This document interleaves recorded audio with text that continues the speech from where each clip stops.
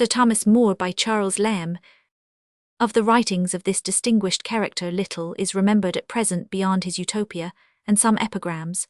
But there is extant a massive folio of his theological works in English, partly practical divinity, but for the greater part polemic, against the grand Lutheran heresy, just then beginning to flower. From these I many years ago made some extracts, rejecting only the antiquated orthography, they being intended only for my own amusement, except in some instances of proper names, and see I send them you as I find them, thinking that some of your readers may consider them as curious. The first is from a tract against Tyndale, called The Confutation of Tyndale's Answer. 40. The author of Religio Medici somewhere says, his conscience would give him the lie, if she should say that he absolutely detested or hated any essence but the devil. Whether Brown was not out in his metaphysics, when he supposed himself capable of hating, that is, entertaining a personal aversion to, a being so abstracted, or such a concrete of all irreconcilable abstractions rather, as usually passes for the meaning of that name, I contend not. But that the same hatred in kind, which he professed against our great spiritual enemy, was in downright earnest cultivated and defended by More against that portentous phenomenon in those times, a heretic, from his speeches against Luther and Tyndale cannot for a moment be doubted. His account of poor Hitton which follows, a reformado priest of the day, is penned with a wit and malice hypersatanic. It is infinitely diverting in the midst of its diabolism, if it be not rather, what Coleridge calls. Now to the intent that ye may somewhat see what good Christian faith Sir Thomas Hitton was of, this new saint of Tyndale's canonization, in whose burning Tyndale so gaily glorieth, and which hath his holiday so now appointed to him, that St. Polycarpus must give him place in the PG 240 calendar, I shall somewhat show you what wholesome heresies this holy martyr held. First ye shall understand that he was a priest and falling to Luther's sect, and after that to the sect of Friar Huskin and Zwinglius, cast off matins and mass and all divine service, and so became an apostle, sent to and fro between our English heretics beyond the sea, and such as were here at home. Now happed it so, that after he had visited here his holy congregations in divers corners and Lusk's lanes, and comforted them in the Lord to stand stiff with the devil in their errors and heresies, as he was going back again at Gravesend, God, considering the great labour that he had taken already, and determining to bring his business to his well-deserved end, gave him suddenly such a favour and so great a grace in the visage, that every man that beheld him took him for a thief. For whereas there had been certain linen clothes pilfered away that were hanging on an hedge, and Sir Thomas Hitton was walking not far off suspiciously in the meditation of his heresies, the people doubting that the beggarly knave had stolen the clouts, fell in question with him and searched him, and so found they certain letters secretly conveyed in his coat, writ from evangelical brethren here unto the evangelical heretics beyond the sea. And upon those letters founden, he was with his letters brought before the most Rev. Father in God the Archbishop of Canterbury, and afterward as well by his lordship, as by the Rev. Father the Bishop of Rochester examined, and after for his abominable heresies delivered to the secular hands and burned.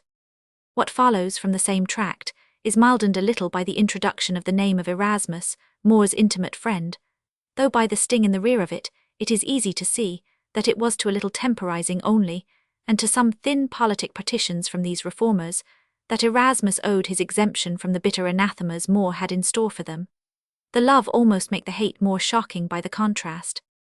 Then he Tyndale asketh me why I have not contended with Erasmus, whom he calleth my darling of all this long while, for translating of this word ecclesia into this word congregatio.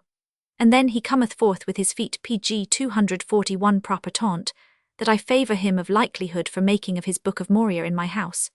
There had he hit me low, save for lack of a little salt. I have not contended with Erasmus my darling, because I found no such malicious intent with Erasmus my darling, as I find with Tyndale. For had I found with Erasmus my darling the shrewd intent and purpose that I find in Tyndale, Erasmus my darling should be no more my darling, but I find in Erasmus my darling, that he detesteth and abhorreth the errors and heresies that Tyndale plainly teacheth and abideth by, and therefore Erasmus my darling shall be my dear darling still. And surely if Tyndale had either never taught them, or yet had the grace to revoke them, then should Tyndale be my dear darling too. But while he holdeth such heresies still, I cannot take for my darling him that the devil taketh for his darling. The next extract is from a dialogue concerning heresies, and has always struck me as a masterpiece of eloquent logic, and something in the manner of Burke, when he is stripping a sophism sophistically, as he treats Paine and others pass him.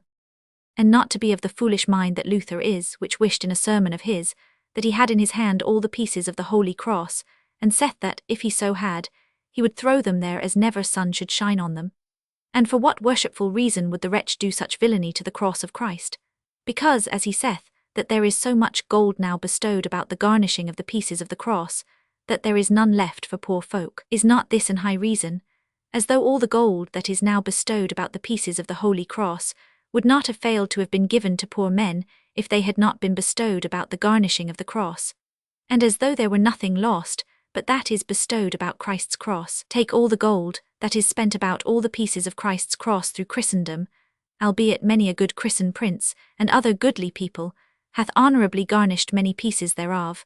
Yet, if all the gold were gathered together, it would appear a poor portion, in comparison of the gold that is bestowed upon cups. What speak pg 242 we of cups, in which the gold, albeit that it be not given to poor men, yet is it saved, and may be given in alms when men will, which they never will. How small a portion, ween we, were the gold about all the pieces of Christ's cross, if it were compared with the gold that is quite cast away about the gilting of knives, swords, spurs, arras, and painted clothes. And as though these things could not consume gold fast enough, the gilting of posts, and whole roofs, not only in palaces of princes and great prelates, but also many right mean men's houses, and yet among all these things, could Luther spy no gold that grievously glittered in his bleared eyes, but only about the cross of Christ. For that gold, if it were thence the wise man weeneth, it would be straight given to poor men, and that where he daily seeth that such as have their purse full of gold, give to the poor not one piece thereof. But if they give aught, they ransack the bottom among all the gold, to seek out here an halfpenny, or in his country a brass penny whereof 4 make a farthing. Such goodly causes find they that pretend holiness for the colour of their cloaked heresies. Book I, Chapter 2. I subjoin from the same dialogue More's cunning defence of miracles done at saints' shrines, on pilgrimages, and see all which he defends, as he was bound by Holy Church to do most stoutly. The manner of it is arch and surprising, and the narration infinitely naive. The matter is the old fallacy of confounding miracles, things happening out of nature, with natural things, the grounds of which we cannot explain. In this sense everything is a miracle and nothing is. And first, if men should tell you that they saw before an image of the crucifix a dead man raised to life, ye would much marvel thereof, and so might ye well. Yet could I tell you somewhat that I have seen myself, that methinketh as great marvel, but I have no lust to tell you, because that ye be so circumspect and ware in belief of any miracles, that ye would not believe it for me, but mistrust me for it. Nay, sir, quod he, in good faith, if a thing seem to me never so far unlikely, yet if ye would earnestly say that yourself have seen it, I neither would nor could mistrust it. Well, quod I, then ye may make me the bolder to tell ye, and yet will I tell you nothing, but that I would, if need were, find you good witness to prove it. pg 243. It shall not need, sir, quod he, but I beseech you let me hear it. Forsooth, quod I, because we speak of a man raised from death to life. There was in the parish of St. Stephen's in Walbrook in London, where I dwelled before I come to Chelsea, a man and a woman which are yet quick and quething, and young were they both. The eldest I am sure passeth not 24. It happed them, as doth among folk, the one to cast the mind to the other. And after many lets, for the maiden's mother was much against it, at last they came together, and were married in St. Stephen's Church, which is not greatly famous for any miracles, but yet yearly on St. Stephen's Day it is somewhat sought unto and visited with folks' devotion. But now short tale to make, this young woman, as manner is in brides ye wot well, was at night brought to bed with honest women. And then after that went the bridegroom to bed, and every body went their ways and left them twain there alone. And the same night yet abide, let me not lie, now in faith to say the truth I am not very sure of the time, but surely as it appeared afterward, it was of likelihood the same night, or some other time soon after, except it happened a little before. No force for the time, quod he. Truth, quod I, and as for the matter all the parish will testify for truth, the woman was known for so honest. But for the conclusion the seed of them twain turned in the woman's body, first into blood and after into shape of man-child, and then waxed quick and she great therewith, and was within the year delivered of a fair boy, and forsooth it was not then, for I saw it myself, passing the length of a foot, and I am sure he has grown now an inch longer than I. How long is it ago, quod he? By my faith, quod I, about 21 years. Tush, quod he, this is a worthy miracle. In good faith, quod I, never wist I that any man could tell that he had any other beginning, and methinketh that this is as great a miracle as the raising of a dead man. Book I, Chapter 10. Diabolical possession was a rag of the old abomination, which this contender of heresies thought himself obliged no pg 244 less to wrap tightly about the loins of his faith than any of the splendours panny of the old red harlot. But read with allowance for the belief of the times, the narrative will be found affecting, particularly in what relates to the parents of the damsel, rich and sore abashed. Amongst which true miracles I durst boldly tell you for one, the wonderful work of God that was within these few years wrought, in the house of a right worshipful knight, Sir Roger Wentworth, upon divers of his children, and specially one of his daughters, a very fair young gentlewoman of 12 years of age, in marvellous manner vexed and tormented by our ghostly enemy the devil, her mind alienated and raving with despising and blasphemy of God, and hatred of all hallowed things, with knowledge and perceiving of the hallowed from the unhallowed, all was she nothing warned thereof.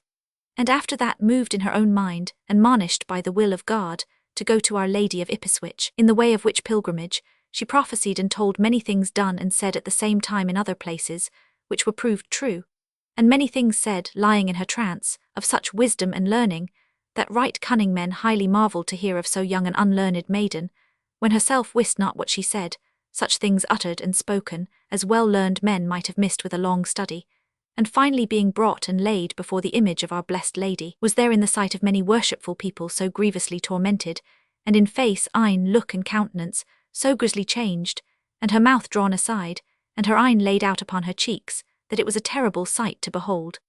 And after many marvellous things at the same time showed upon divers persons by the devil through God's sufferance, as well all the remnant as the maiden herself, in the presence of all the company, restored to their good state perfectly cured and suddenly.